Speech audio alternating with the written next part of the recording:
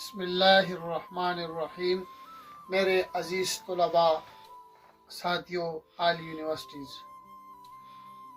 سب سے پہلی بات تو یہ ہے کہ ہم نام لیتے ہیں اکابر علماء دیوبند۔ تو آج کا سوال یہ ہے کہ آخر ہم ان علماء دیوبند کو کیوں مانتے ہیں؟ آخر وہ کون سی بنیادی بات ہے کہ جس کی وجہ سے ہم ان بزرگوں کے پیچھے جا رہے ہیں اور ان کو فالو کر رہے ہیں؟ اگر ہم برصغیر کی تاریخ کو پڑھیں تو اگر ہم یہ کہیں کہ ہم علماء دیوبند کو اس لیے فالو کر رہے ہیں کہ انہوں نے قرآن کی تفاسیریں لکھی ہیں،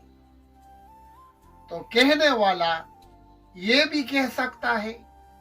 کہ قرآن کی تفسیر تو سر سید احمد خان نے بھی لکھی ہے، قرآن کی تفسیر تو حمید الدین فراہی صاحب، امین احسن اصلاحی صاحب نے بھی لکھی ہے، قرآن کی تفسیر تو پرویز صاحب نے بھی لکھی ہے،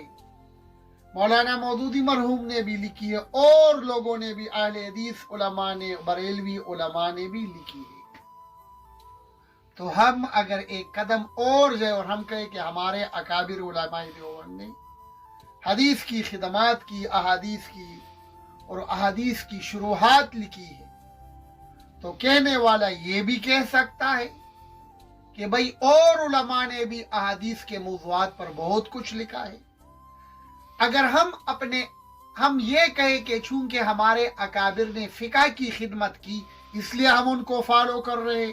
تو کہنے والا یہ بھی کہہ سکتے کہ اور مکاتب فکر والوں نے بھی فقہ پر لکھا ہے، ہم دکھا سکتے ہیں۔ اگر ہم اپنے اکابر کی انگریزوں کے خلاف جدوجہد کے حوالے سے ان کی خدمات کو آگے لائے، تو کہنے والا یہ بھی کہہ سکتا ہے کہ اور طبقات بھی ہے اور مکاتب فکر بھی ہے جنہوں نے جہاد کے حوالے سے انگریز کے خلاف جدوجہد میں بڑھ چڑھ کر حصہ لیا۔ تو میں اپنے سامعین کی توجہ اسی بنیادی نقطے کی طرف لے جانا چاہتا ہوں کہ جن کی وجہ سے ہم اکابر علماء دیوبند کو فالو کر رہے ہیں اور جن کی وجہ سے ہمارے اکابر کو دوسرے طبقات پر فوقیت ہے، وہ بنیادی نقطہ کیا ہے؟ آج میں یہی ایک بات سر سمجھانا چاہتا ہوں، پھر اجازت چاہوں گا۔ وہ بنیادی نقطہ یہ ہے کہ جو دین چلاتا جناب محمد الرسول اللہ صلی اللہ علیہ وسلم، انہوں نے وہ دین صحابہ کو، صحابہ نے تابعین کو، تابعین نے تبع تابعین کو، پھر وہ دین چلتا رہا ہندوستان، شیخ مجدد علی ثانی رحم اللہ، پھر وہ سلسلہ چلتا ہوا